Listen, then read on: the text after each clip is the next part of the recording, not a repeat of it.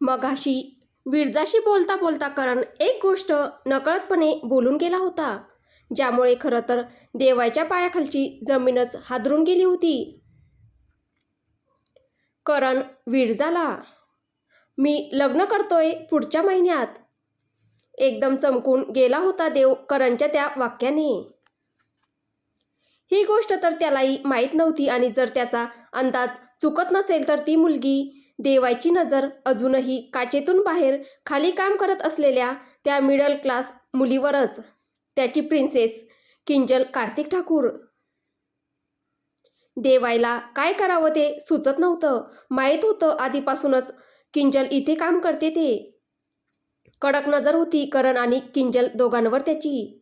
करणला तर स्वतःलाच कल्पना नसेल की त्याच्या कंपनीत त्याची स्वतःची विश्वासू अशी किती माणसं असतील. इतकी स्वतःची माणसं देवाईने भरली होती तिथे, जे जवळ राहून दिवस रात्र किंजल आणि करणवर नजर ठेवून होते. त्यांच्या एक एक गोष्टीची खबर वेळच्या वेळी त्याच्याजवळ पोचवत होते. भूतकाळात इतकं सारं घडून गेलं होतं की आता ताकही फुंकून फुंकूनच पित होता तो सम्राट. सारीपाट त्याचाच, मोहरे त्याचेच आणि डाव पण तोच खेळत होता. फक्त त्या मूर्ख करणला असं वाटत होतं की हे सगळं तो घडवून आणतोय. मोठ्या जोशात त्याने त्याच्या केबिनमध्ये देवाच्या खुर्चीखाली जे बॉम्ब लावले होते ते कधी कोणाच्या बापजन्मात फुटणार नव्हते, की त्याच्या डेस्कच्या खाली चिटकवून ठेवलेल्या गन्स कधी चालणार नव्हत्या. खरंच मूर्ख होता करण जाधव. अजूनही बच्चाच होता त्या महान ठाकूरसमोर. 2+2 4 असं सोपं गणित तेव्हाही नव्हतंच आणि आता तर नाहीच नाही. खेळ कसा खेळावा, सारीपाटावर बिसात कशी मांडावी, डाव कसा उलटावा, काहीच माहीत नव्हतं त्या अजूनही भोळ्या बाबड्या असलेल्या राजकुमाराला. चालला होता आपले दुधाचे दात घेऊन आपल्याच बापाचा गेम करायला. बिनडोक चालला.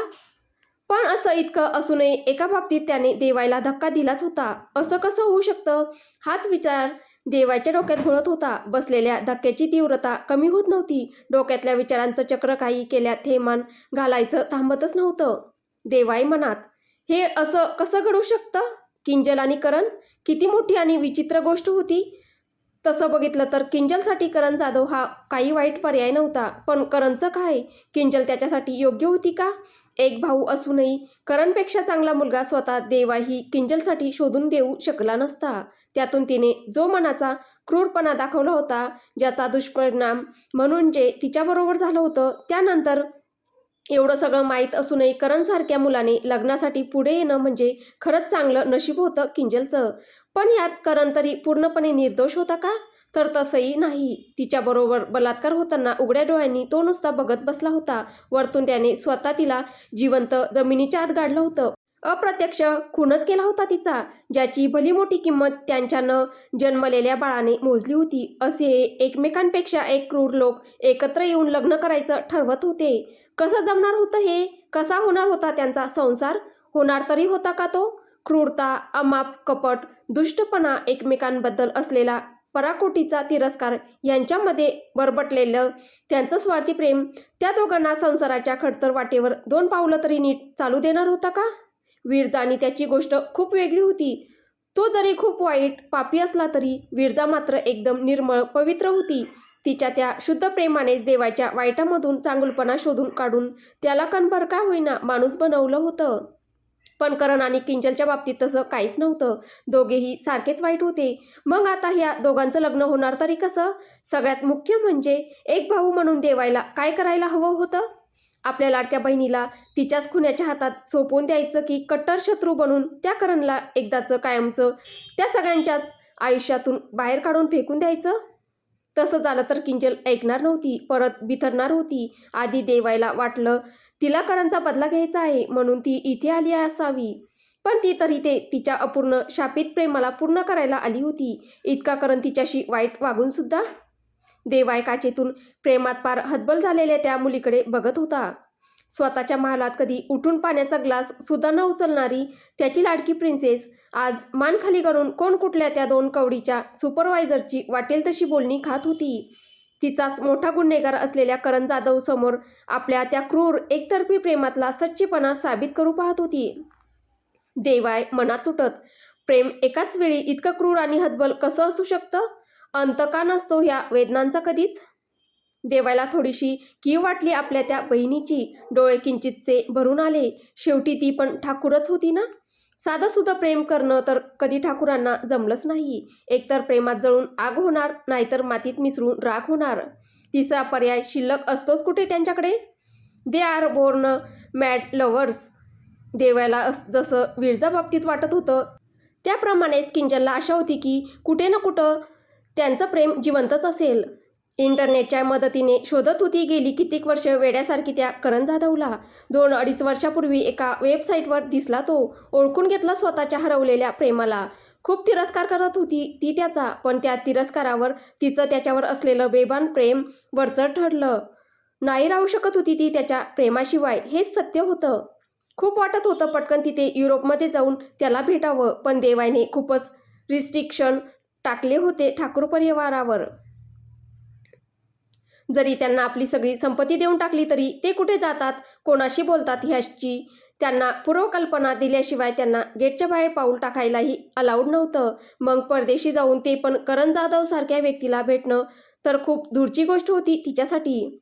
पण त्या दिवसापासून किंजलने चंगच बांधला आपल्या प्रेम कहाणीला नीट करण्याचा. वाट बघत होती त्या एका क्षणाची जेव्हा करण तिच्या समोर येईल. त्या एका क्षणासाठी तिने स्वतःला पूर्णपणे बदलवलं.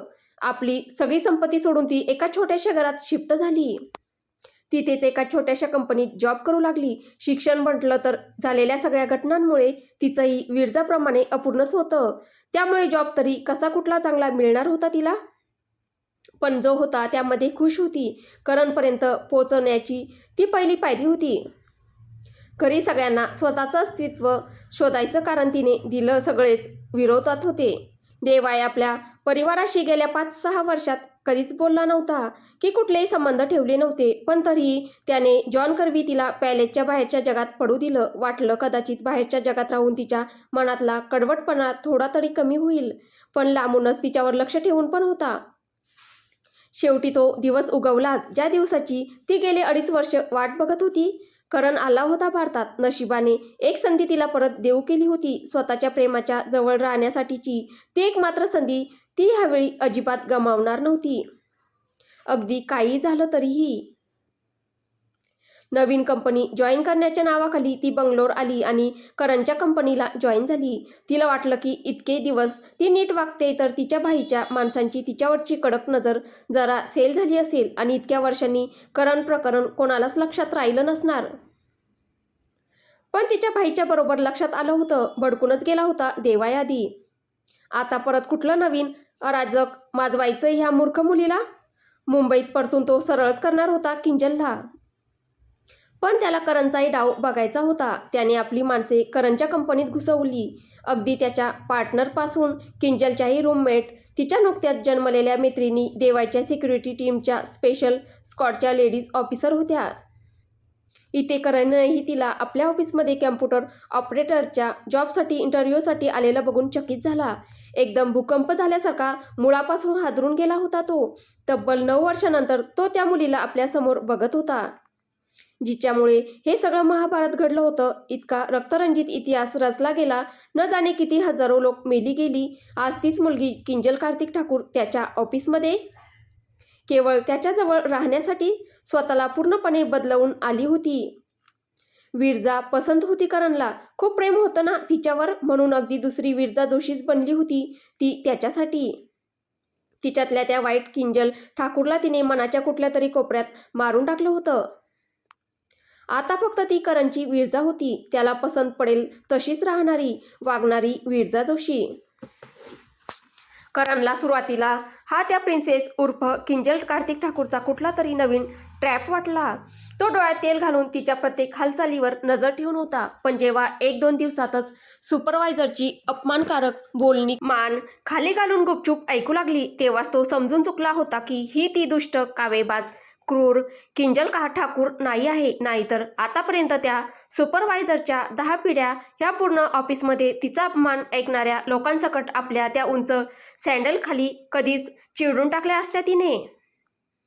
शी really was not the devil princess anymore. मग ती इथे का आली याचं उत्तर करणला मिळत नव्हतं. आज देववीरजाला इतक्या सगळ्या रक्तरंजित सुडातूनही एकत्र आलेलं बघून तो समजून गेला की किंजल, तिचा सगळा तो महाल, पैसा अडका, ती सगळी संपत्ती, लॅविश लाईफस्टाईल सोडून एक मिडल क्लास मुलगी बनून त्याच्या का जगात परत आली होती, फक्त केवळ त्याच्यासाठी. या एवढ्या महिन्यात तिने कधी त्याला मिळवण्याचा प्रयत्न केला नाही की कुठली कारस्थानही रचली नाही, साधी कधी त्याच्याशी बोलली नाही की स्वतःहून कधी त्याच्यासमोर आली नाही. प्रसंग आला तर खाली मान घालून गुपचूप निघून जायची. लपवून टाकलं होतं तिने स्वतःला एका अनोळख्या नावाखाली, रूपाखाली. यावेळी करणला मिळवायचं नव्हतंच तिला, फक्त लांबून बघायचं होतं. त्याचं तेवढंसही तिच्या आयुष्यात असणं पुरेसं होतं तिला. जास्त अपेक्षा ठेवली तर नशिबाने मिळालेलं हेही दान गमावण्याची भीती होती तिला. प्रचंड तिरस्काराच्या पुढे प्रेमाची हतबलता मोठी ठरली आणि द प्रिन्सेस एक डाऊन मार्केट मुलगी बनून करण जाधवच्या आयुष्यात एक अनोळखी अस्तित्व जगू लागली. ऑफिसमध्ये कोणी तिच्याशी फारसं बोलायचं नाही आणि तीही कोणाच्यात मिक्स व्हायची नाही, आपल्याच जगात एकटी. ऑफिसच्या एका कोपऱ्यातून अधूनमधून करणला बघत बसायची. वाटलेलं तिला की करणला कधीच कळणार नाही आणि आपण असंच करणला बघत बघत संपूर्ण आयुष्य काढून टाकू. पण करणने काही क्षणातच तिला ओळखलं होतं, जरी ती सगळं नावरूप बदलून आली होती तरीही. आणि आता त्याला कळत नव्हतं की ह्या वेड्या मुलीच्या प्रेमाचं काय करायचं. आधी सारखं त्रास देणार नव्हतं, तरी पण बरंचसं त्रास देऊन जात होतं तिचं ते एकतर्फी प्रेम. आजही उशिरापर्यंत थांबली होती. संपूर्ण दिवसभर दिसला नव्हता तो तर. नेहमीप्रमाणे जेव्हा तो पार्किंग लॉटमध्ये गाडी काढायला जाणार तेव्हा एका कोपऱ्यातून त्याच्याकडे बघून डोक्यात विचार चालले होते तिच्या, का हे प्रेम इतकं त्रास देतं. खरंच त्याला कळत नव्हतं, आधी घेतला नव्हता, पण विरजाबरोबरच्या त्या अवघ्या काही क्षणातच त्याने निर्णय घेऊन टाकला होता किंजलबरोबर लग्न करायचं. आणि ते देवाय त्याला समजावत होता ही त्याच्या आयुष्यातली सगळ्यात मोठी चूक ठरेल. किंजल करणचं असं एकत्र येणं ठीक नव्हतंच, ना त्या दोघांसाठी ना बाकीच्या जगासाठी. देवाय अजिबात मागे न वळता न बघता करणला बोलला, भले माझी तुझी कितीही दुश्मनी असो तरी पण तुला सांगू इच्छितो, ती नाही आहे तुझ्यासाठी चांगली. Keep her away from your life, नाहीतर परत तेच सगळं दुर्दैव भोगाल. ती दुष्ट कहाणी संपली आहे आता, तिला संपलेलीच राहू द्या. परत नवीन प्रकरण नको, नवा अध्याय नको त्या रक्तरंजित खेळाचा. करण किंचित भरल्या स्वरात देवायला बोलला, तुम्ही तुमच्या चुका सुधरवल्या आहेत मिस्टर ठाकूर, आता मला माझ्या सुधरवायच्या आहेत, ते पण ह्याच जन्मात. लग्न करतोय तिच्याशी.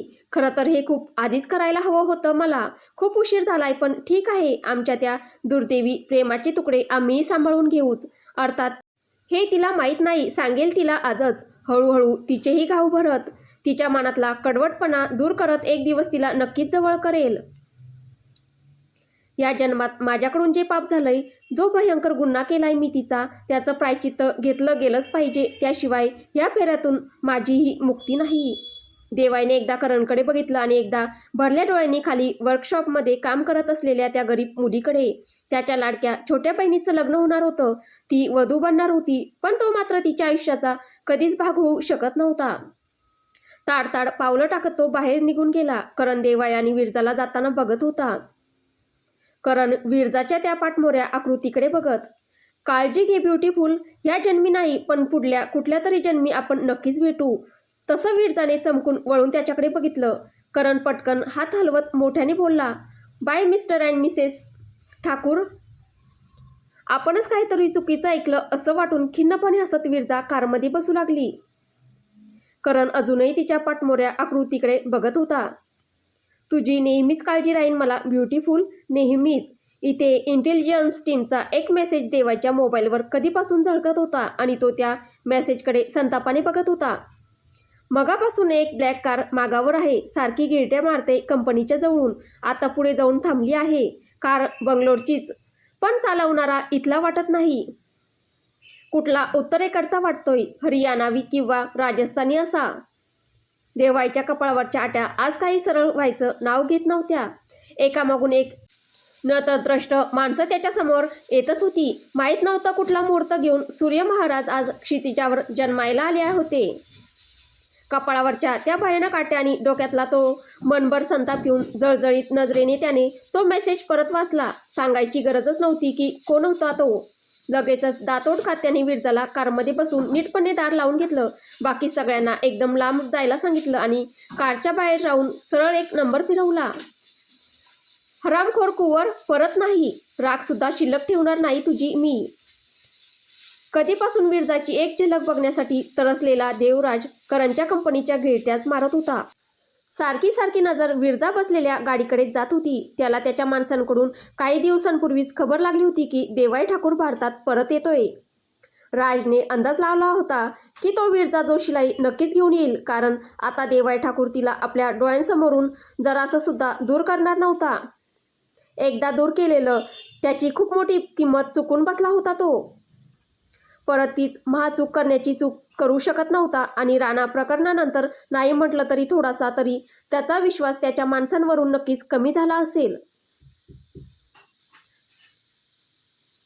विरजा जोशी त्याचा जीव त्या लंकेत एकटा ठेवून तो नक्कीच येणार नाही. भारतात येताना स्वतःबरोबर नक्कीच घेऊन येईल तिला आणि त्याचा तो अंदाज बरोबर ठरला होता. विरजा परत आली होती आणि थोड्या दूर त्याच्या समोरच्या कारमध्येच होती.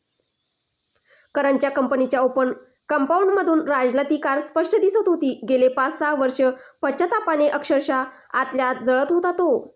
डोळ्यांसमोर अजून विरजा दरीत कोसळतानाचा क्षण तरळत होता. माफ करू शकला नव्हता स्वतःला तिच्या दुर्दैवी मृत्यूसाठी. आपणच मारलं तिला, माझ्यामुळेच मेली ती. धिक्कारत होता तो स्वतःला आणि स्वतःच्या त्या एकतर्फी प्रेमाला. अखेर बळी घेऊन थांबलाच होता तो. नेहमी भामरागडच्या सीमेच्या बाहेर राहून मांडवगड दरीच्या दिशेने दरीच्या त्या टोकावर वेड्यासारखा फिरत असलेल्या फकीराला बघायचा. अपराधी भाव अजून दाटून यायचा मनात. पण अचानक एक रात्री मांडवगडीच्या पठारावर गेल्या 5 वर्षांपासून ठाण मांडून असलेले ते जेट आपल्या सम्राटासकट उडालं.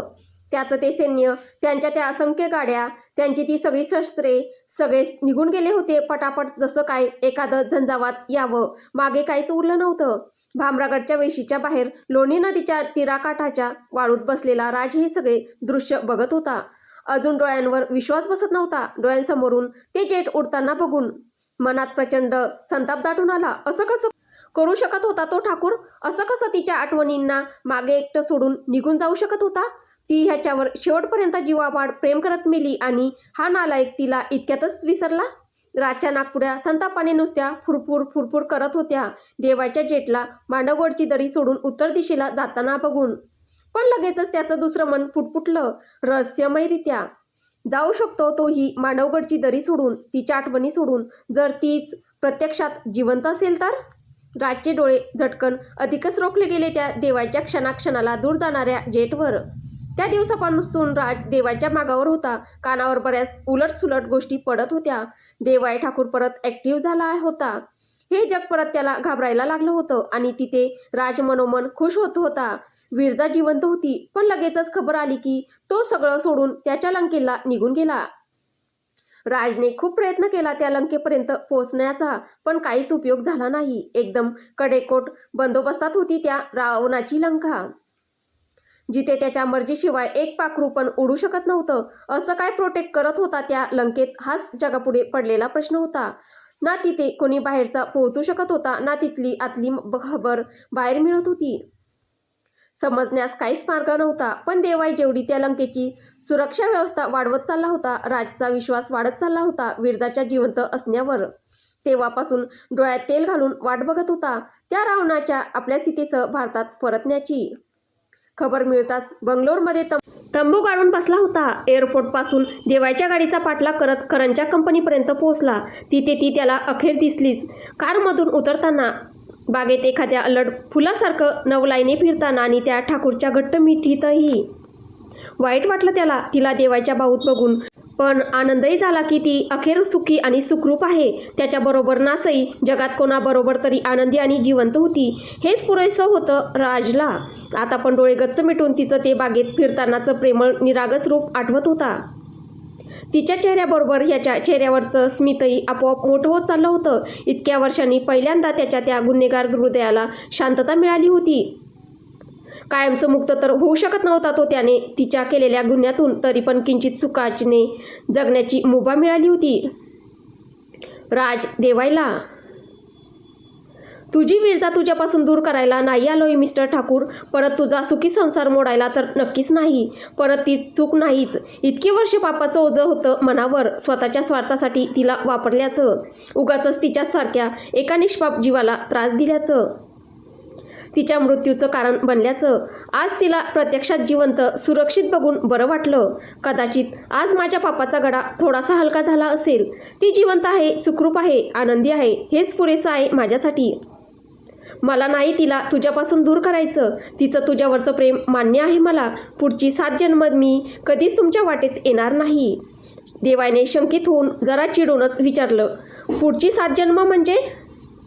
राज, पुढची 7 जन्म म्हणजे पुढची 7 जन्म ती फक्त तुझी. पण त्यानंतरचा प्रत्येक जन्म हा राज ऐकणार नाही, भिडणार तुझ्याशी आपलं प्रेम मिळवायला. लक्षात ठेव ठाकूर, खरं प्रेम तर मीही केलंय. ह्या जन्मात नाही, पण पुढे नक्कीच मिळवेल मी. देवाच्या कपाळावरच्या शिरा ताडताड उडत होत्या. हरामखोर राज, ऐक. विरजा जोशी, सो विरजा देवाय ठाकूर, माझी बायको ही काय जगासाठी उपलब्ध नाही आणि कधी नसेलही. की कधीही कोणीही नालायक येऊन तिच्यावर, तिच्या प्रेमावर हक्क सांगेल. बायको आहे माझी ती, आणि तिचं प्रेम फक्त ह्या देवाय ठाकूरसाठीच आहे. हे तुझ्या त्या फुटक्या मडक्यात घालून घे जरा. राज निश्चयाने. We will see. देवाय पण तेवढ्याच निश्चयाने. तूच नाही तर जगाचा इतिहासही आता तेच बघेल. सो विरजा देवाय ठाकूर वॉज ऑलवेज माईन अँड विल बी ऑलवेज माईन ओनली. जगाच्या अंतापर्यंत ऑलवेज अँड फॉरएव्हर. देवाने रागाने फोन ठेवून दिला. एका बाजूने कंपनीच्या दारात करण अगतिक नजरेने विरजा बसलेल्या कारकडे बघत होता, तर कंपनीच्या कंपाऊंडपासून बराच दूर असलेला राज फोनमध्ये विरजाची कार बघत होता.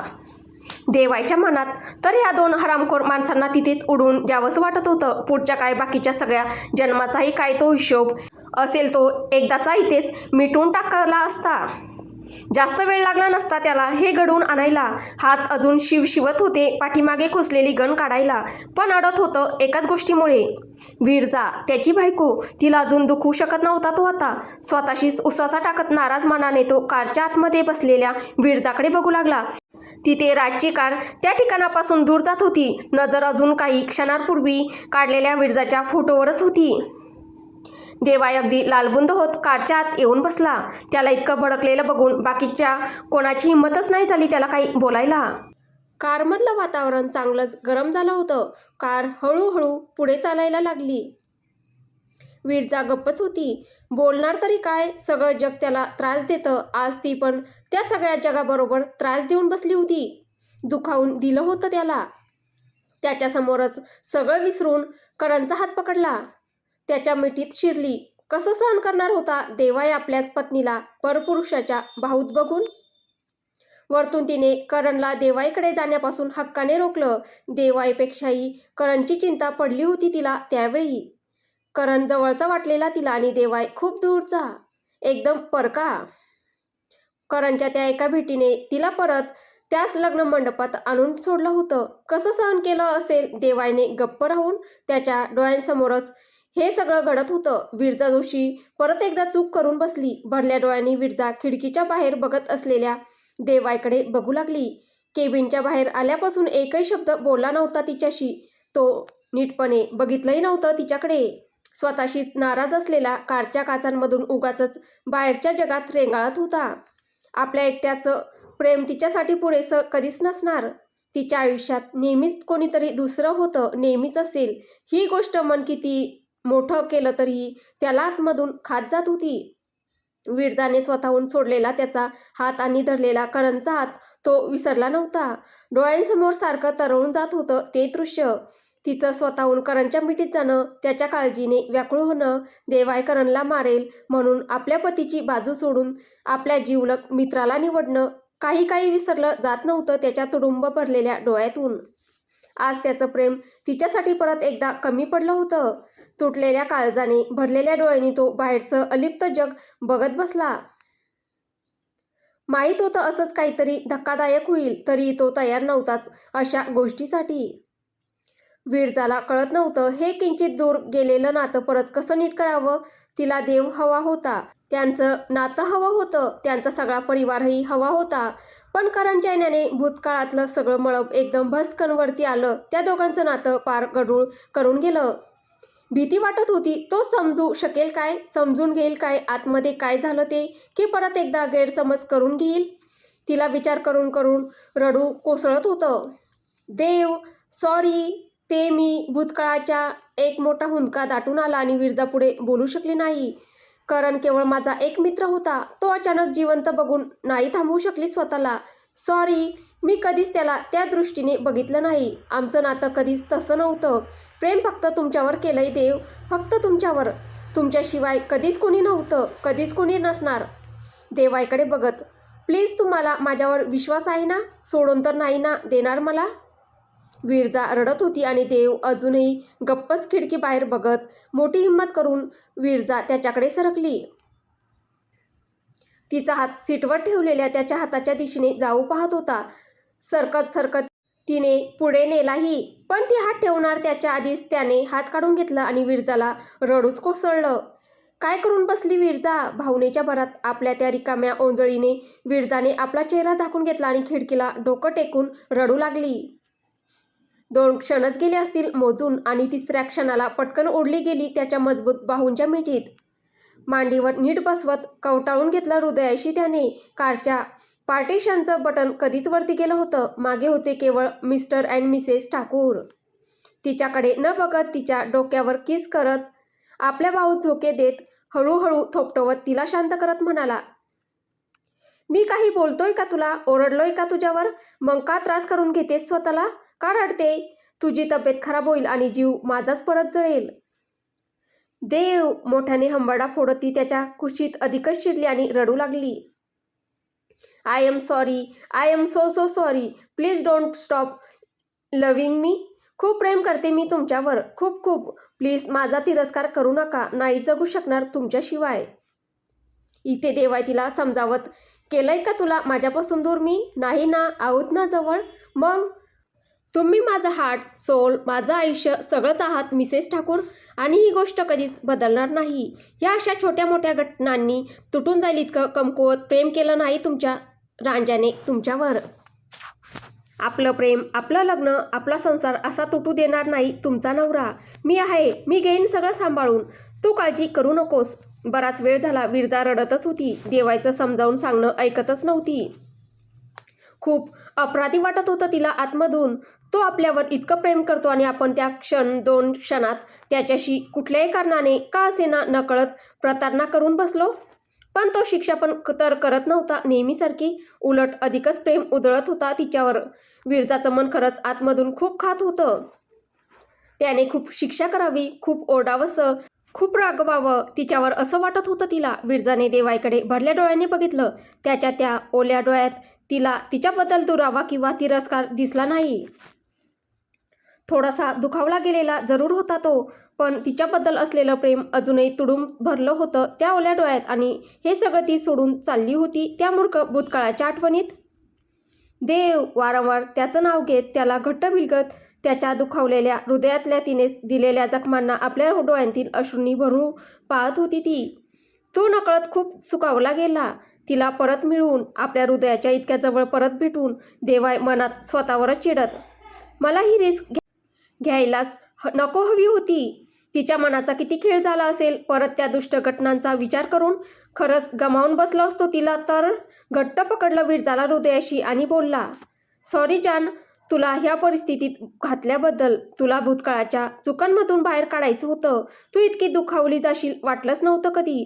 तिने थोडं उंचावून त्याच्या गळ्यात हात घातले आणि त्याचा चेहरा आपल्याकडे वळवला. त्याच्या तुडुंब भरलेल्या डोळ्यात खोलवर पाहत रडत त्याला प्रश्न केला, किती प्रेम करावं एखाद्यावर कोणी? इतकं प्रेम की त्या प्रेमाला सोडायलाही तयार व्हावं? इतकं वेडं प्रेम तुम्ही कसं करू शकता मिस्टर ठाकूर माझ्यासारख्या मुलीवर? देवाय भरल्या स्वरात, तुझ्यासाठी काहीही करू शकतो जान मी. तुला माहीत नाही किती प्रेम करतो तुझ्यावर. त्याशिवाय दुसरं काही येतच नाही तुझ्या ह्या राक्षसाला. जमतच नाही. माझं सगळं विश्वास तू आहे. तुझ्यापासून सुरू होतं, तुझ्यापर्यंत संपतं. तुझ्यासाठी काही पण मिसेस ठाकूर. अगदी काही पण. विरजाला कळत होत्या त्याच्या वेदना. कोणासाठी कधीच न झुकणारा तो सम्राट आज केवळ तिच्यासाठी झुकला होता. केवळ तिच्यासाठीच स्वतःचा सगळा अहंकार धुळीस मिळवून टाकला होता त्याने. मान्य केलं होतं तिचं आणि करणचं मैत्रीचं नातं. विरजा देवाईकडे बघतच बसली. अखेर निरपेक्ष प्रेमाची एक नवीन परिभाषा आज तिलाही कळलीच. Viraja, I love you Dev. I am always yours only. मी फक्त तुझीच आहे आणि नेहमी तुझीच राहीन. बस तिचं प्रेम पुरेसं होतं त्याला. तिचा होकार, तिची साथ, मग भले जग काहीही म्हणो. काय फरक पडतो? झटकन तिला आपल्या मिठीत घट्ट ओढलं. एकमेकांच्या बाहुपाशात रडत ते एकमेकांना कवटाळत होते. परत कधीच वेगळे न होण्यासाठी ओठांवर ओठ टेकवले जात होते. प्रेमाच्या अनाभाका परत घेतल्या जात होत्या. देवाय पण आश्वासकपणे तिच्या ओठांवर ओठ ठेवत तिला आपल्या सगळ्या अस्तित्वात सामावून घेत होता. गाडी पुढे जात राहिली आणि देवविरजाच्या प्रेमाचा हा सुंदरसा प्रवास पण असाच चालत राहिला. देववीरा ऑलवेज अँड फॉरेव्हर. तर आपली ही कथा इथे समाप्त होत आहे. तुम्हाला ही कथा कशी वाटली कमेंटद्वारे नक्की कळवा. तुम्ही सर्वांनी या कथेला खूप छान प्रतिसाद दिला. आता लवकरच मी नवीन कथा सुरू करणार आहे. त्या कथेला सुद्धा असेच प्रेम द्या आणि चॅनलला सबस्क्राईब करा. धन्यवाद.